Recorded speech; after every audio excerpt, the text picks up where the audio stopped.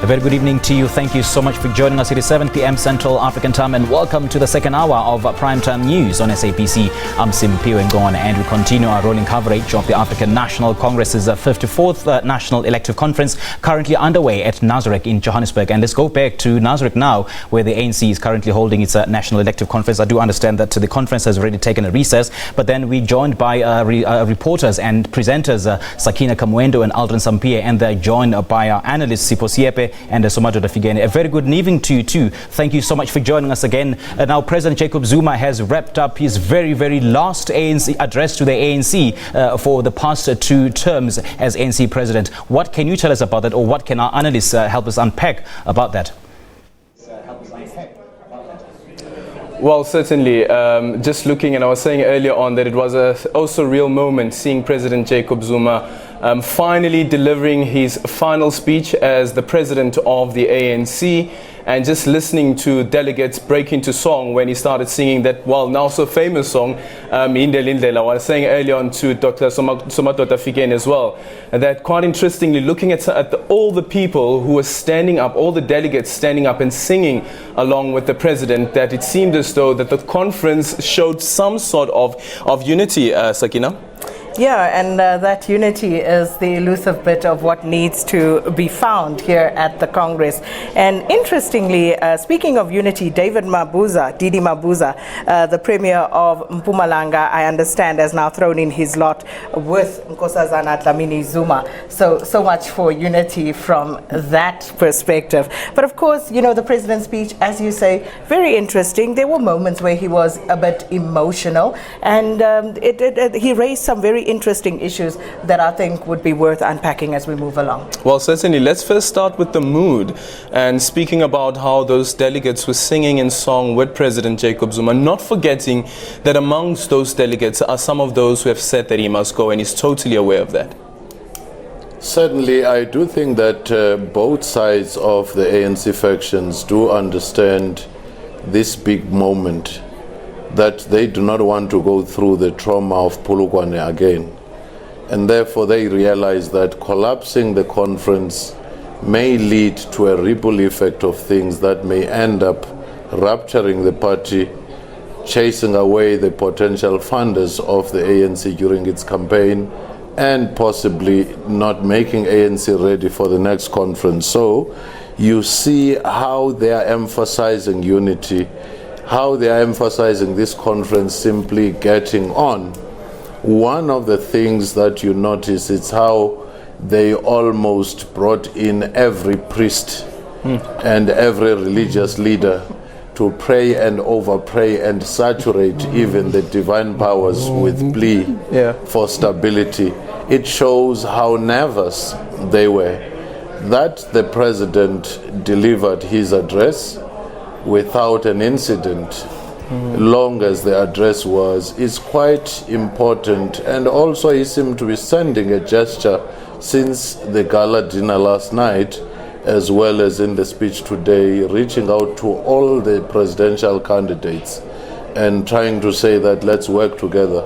So that in itself, Winnie Madikizela Mandela being a veteran there, who seemed to be trying to signify even in body gestures that they should work together, is very important.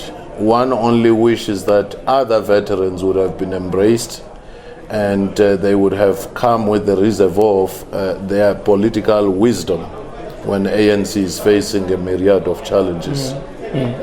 Dr. Professor Sipho Siepe, you spoke earlier on about the standing ovation and said that this is a way that a leader should be leaving.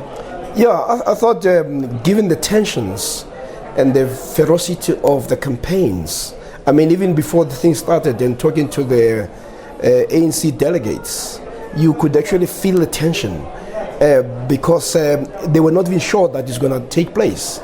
So I think what the president was saying, that the ANC is able to rise to the occasion, at least on this part, it has risen to the occasion, because there were some people who were saying there are provinces that were intending to boo the president.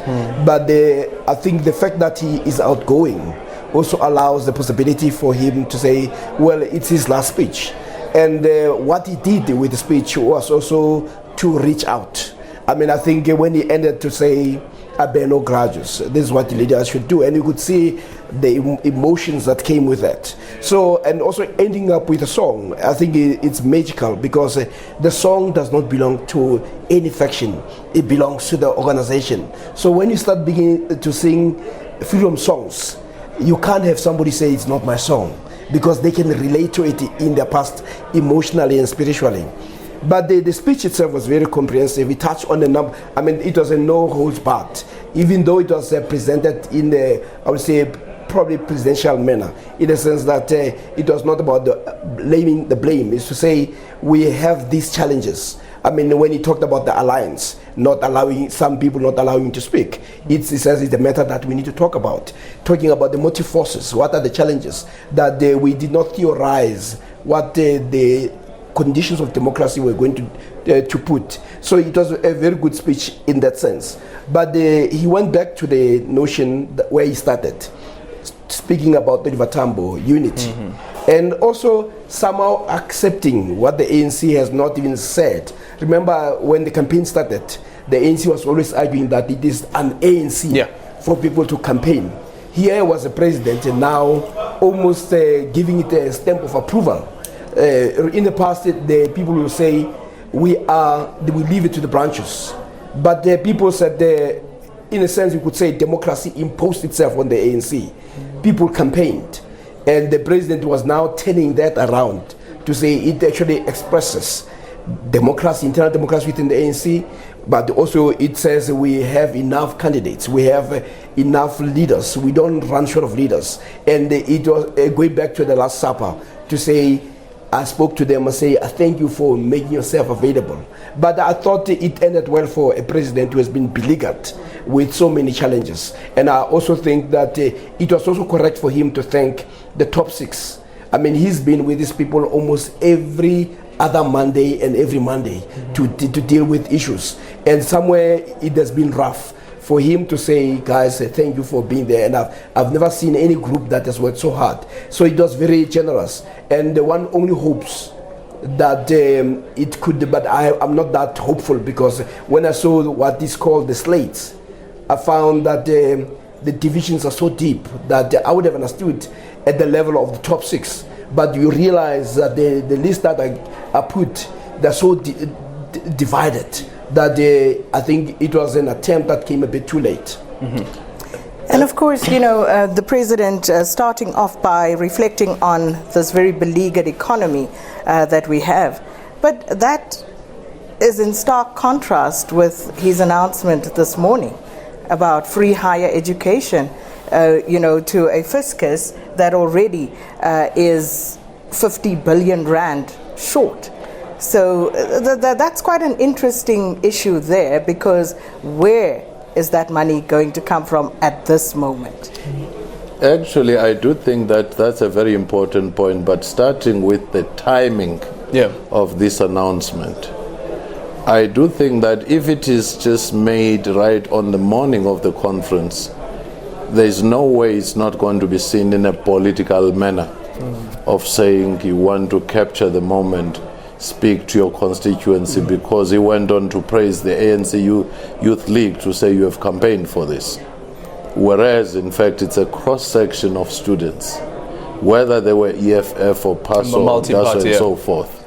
That partisanship becomes a challenge, and the timing of it. But more important, the rise of social spending in the era of fiscal constraints, without speaking to any particular major intervention to make the economy productive or to make the state more efficient in its expenditure, will always be a problem that you throw into a finance minister, because now you have made a promise and it has to be carried out, whether through loans or any other means or through raising taxes. But the next one, he mentioned yet another ball that he's kicking down the road, to say that there should be consequences for leaders when they do not implement decisions of the conference. Here is a man who presided over 10 years, and he has been 26 years in the top six, but there were no consequences. but he says those who will take over tomorrow, there should be consequences. But most telling though, throughout all this period, most of controversies, most of issues were around him. One would have thought that he would have a moment of self-introspection to say, yes, there have been calls for me to step down. Yes, there have been these things. What has been my role in all these particular challenges, rather than to say in general terms, we the leadership, we the government, and so forth.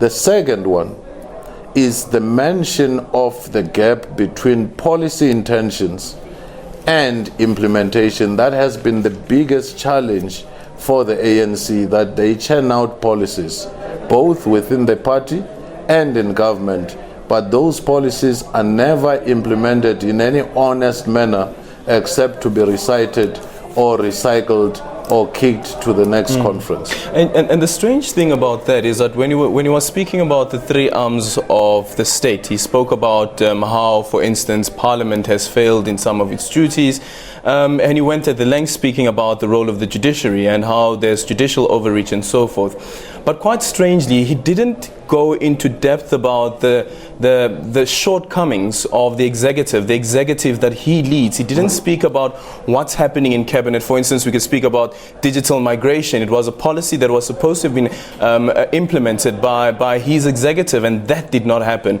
And he's not taking any responsibility for that. That's precisely the point I'm making, that carefully read this speech, it defines him outside the problems. That's why judiciary and the legislature, including the alliance partners, there was a swipe at them. But there is no role of the executive that had seen almost 11 cabinet reshuffles. And even where he mentioned things such as performance assessment, they were raised, but were they followed through? So this defining himself outside the problem is a psychology of self-preservation or a sense of being besieged, which we have seen throughout. Perhaps had he paused at a certain point to say, I am responsible for A, B, and C, and I think we too have failed here and there, because judiciary had to intervene where the executive in the main had failed. Parliament had to be forced to intervene where the executive had failed. So you see, the fountain of some of these problems are in the executive. Then the can is kicked down the road for the judiciary and the legislature to catch. Professor Siepe, I'm sure you want to come in on that one. Yeah, well, I think, Sumadada is correct in terms of the absence of self-reflection about the individual. But this is a political report about the organization. So I would not have imagined that he started saying, I'm the problem. And I think he also was taking advantage that this is his last speech as a president of the ANC.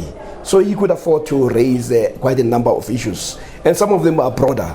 I mean, the issue of the judicial overreach, it's a concern that even judges themselves have. So let's not make it as if it's only political. If you talk to some judges, they are not happy with certain judgments because they feel that we need to. I mean, Mogoeng has also even said that we must make sure that we remember that the pillars of our democracy is having this separation and the branches respecting themselves. So there will always be different interpretations even by judges. That's why you will have a judgment in the High Court being overturned by the Supreme Court of Appeal, and the very same Supreme Court having its judgment overturned by the Constitutional Court. And sometimes so even the justices at the Constitutional Court don't agree. Of interpretation. So we must accept that reality.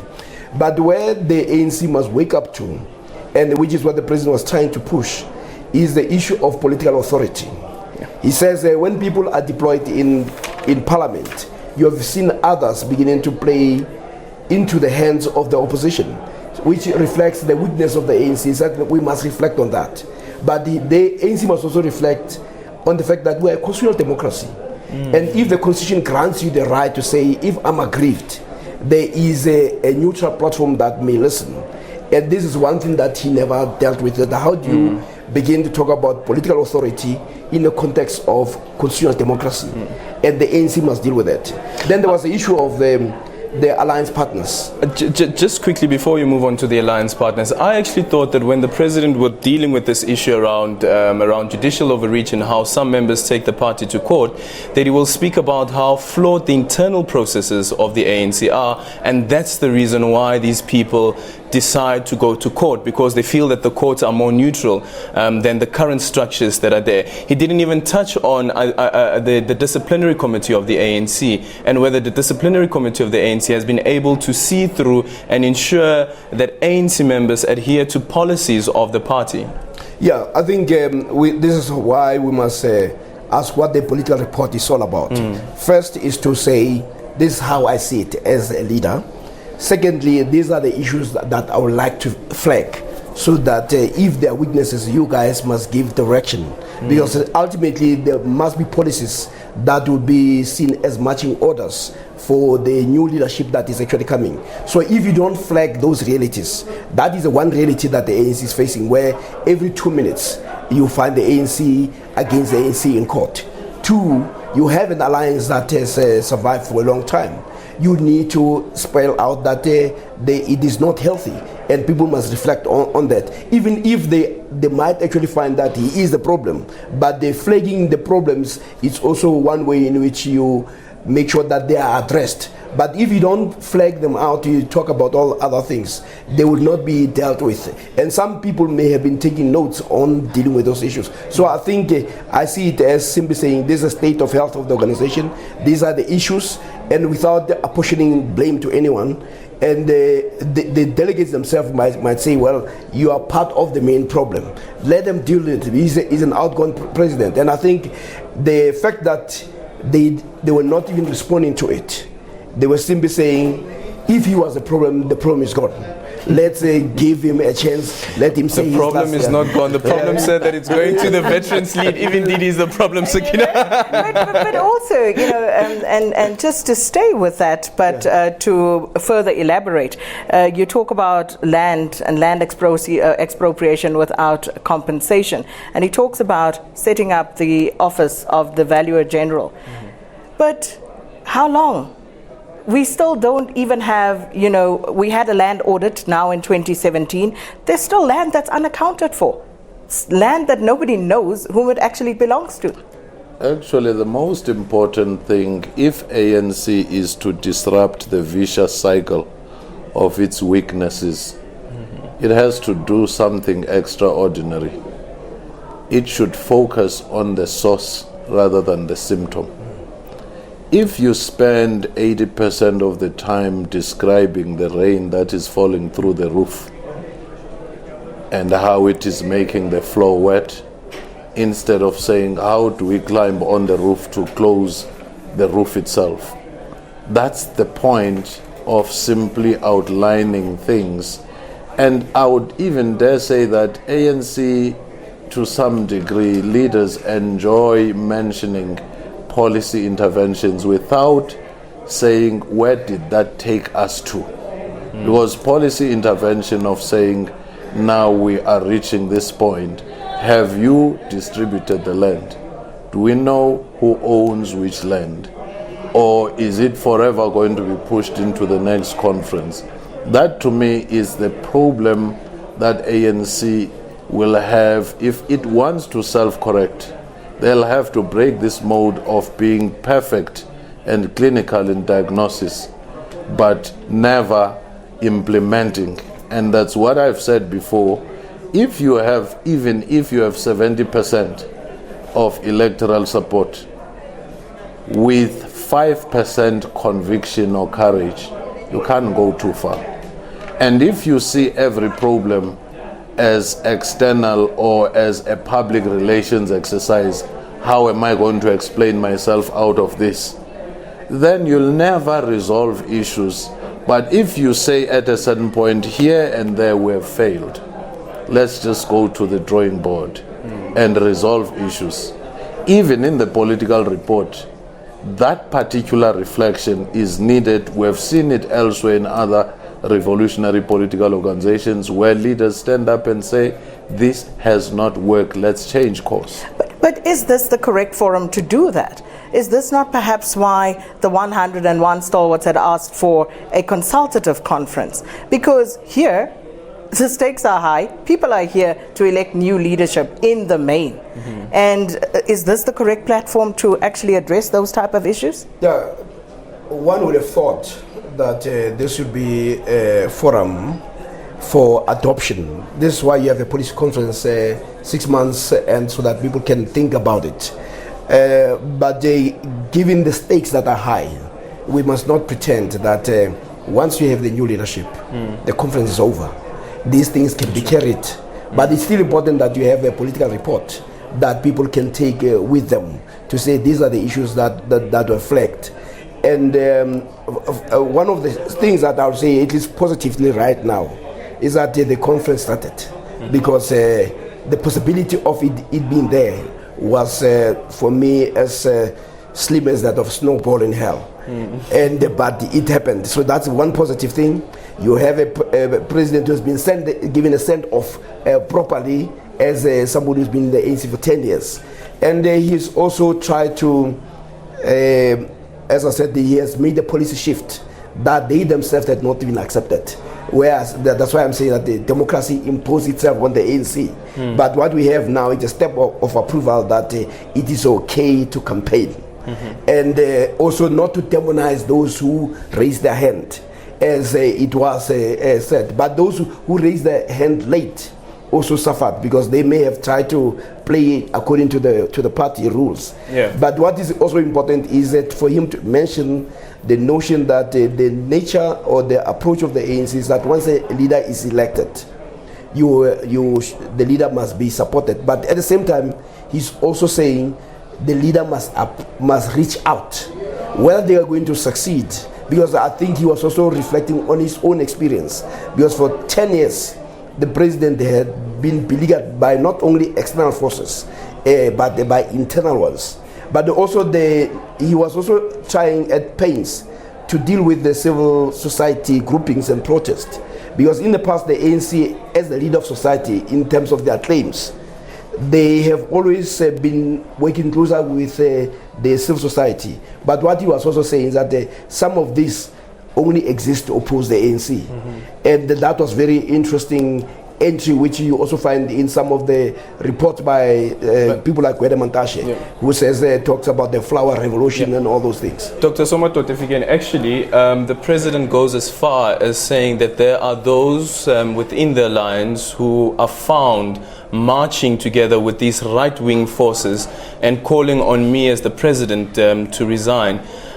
Is it all lost and gone within the alliance? Is it not time to say that this alliance doesn't exist anymore? Now we have the SACP that's also contesting the elections, whether it is a reconfigured alliance or whatever you call it, but the alliance does not exist for the purpose which it existed before. Certainly when you transition into governance, many alliances have had to review the original purpose of their existence. At a certain point, it outlives that original purpose once contradictions start deepening. In this particular case, the alliance partnership is aggrieved, perhaps rightfully so, in a sense that the things they were hoping for in Polokwane are the things that they have not realized. And there is a sense of betrayal on both sides. And secondly, the alliance partnership has indicated that if, for example, their preferred candidate does not win, they may start considering the option of forming their own political party. That is now a signal of either the survival or the death of the alliance partnership, precisely because the candidate the alliance partners may not have endorsed, may not have the relationship, the acrimony might be so deep in that sense. So it will all depend on who are the leaders who emerge. Can they put the political ball stick into this alliance partnership, or will they say, let's see how far these contradictions take? Most interestingly is that the president singled out Sanko for praise and had a swipe at SACP and COSATU, and singled out the Women's League and the ANC Youth League and the Veterans League for praise. And that in itself is also telling in a sense, because these are the leagues, at least their leadership, that has been with him throughout. When SACP was still in the same bed with him, it used to receive the same complimentary passages, which have now more or less disappeared. Strangely, this time around as well, that as you mentioned, how he was praising the leagues and praising Sanko, he didn't praise COSATU quite specifically on the issue around the minimum wage. Because remember when the ANC launched its manifesto in 2014, it mentioned this issue about the minimum wage, and now we know that next year there will be a minimum wage. And Deputy President Cyril Ramaphosa has made the argument that COSATU has always been the force that has been rallying behind this point, that there must be a minimum wage, and now there will be a minimum wage. Wasn't it enough or good enough for the president to mention that? Like, remember, we must not fool ourselves that deep inside, no matter what political gestures are there, the president is still hurting from SACP and COSATU. So when he retrieves any praise for them, that's how he feels. And before, when they were supporting him, they used to come for praise, which has now been transferred to the leagues. And if the leagues were to go the other way, it would be government has done this, not the leagues. And in fact, I dare say that if Blade Nzimande was in good books, the separation of departments and how free education working with the minister would have come up.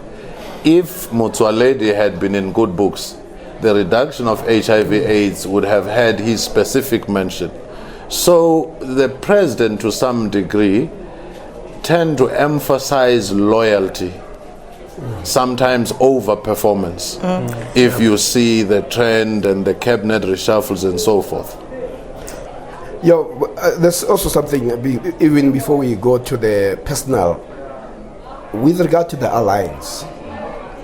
The issue of alliance has always been a concern within the ANC. You should just go back to Thabo Mbeki's presidency, where he had to remind the SACP that if you think you are more revolutionary than the ANC, leave.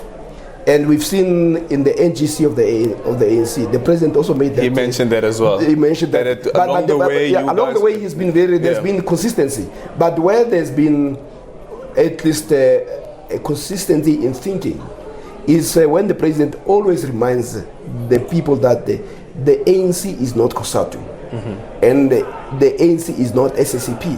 So when they support the team, they were supporting somebody they thought he was a workerist. And he said, I'm not a workerist. The ANC is a multi-class organization that is more pro-working class. So you saw that coming in. And when the strains became much clearer, there's consistency. This is why one of the things that has been positive about him is that he has never tried to dislocate himself from the failures of the administrations that were in the past. You have ministers who, when they take over, they spend more time attacking the previous minister. What the president has always done, he has always located himself within the ANC. But the issue that needs to be raised is what Sumodata was raising, that we must force the ANC to stop romanticizing this alliance, to say alliance come and go, and they are produced by a specific context. And this is why the president could say, it is very strange that now you have SACP that is marching with the bosses against the government. And it's a new behavior, but maybe the behavior is informed by the context and the contradictions. I mean, once in the past I asked one of the senior thinkers in the ANC that how do you manage and resolve the issue that you have communist and capitalist? He says, no, I think you got it wrong. We don't resolve the contradictions, we try to manage them. So what we have is that we've reached a stage where those contradictions have become so deep that some of them are not manageable. Well, we go to Congress every 5 years and, of course, talk about strategy and tactics and organizational renewal. And one would think that it would address some of these issues, Aldrin. Well, certainly. Well, right now, we're going to throw it back to studio, but I can tell you what's happening inside the conference room is the issues around credentials. Actually, the media was chucked out when the issue was raised by Sihle Zikalala, who said and announced that he's here as a branch delegate, raised the issue around the alliance partners who were called on to come and give their messages of support. And he said that this is not part of the program. If you're changing the program, you must tell us. And I guess it also sets the tone of what will happen in this conference heading forward, especially considering the issues around the credentials are such a hot potato. It certainly does, and it reminds us of Polokwane, but we're going to leave it there because it was Sihle Zikalala in Polokwane as well at the start of it all. But let's leave it there for now and hand back to Auckland Park, Simpiwe Ngongwane.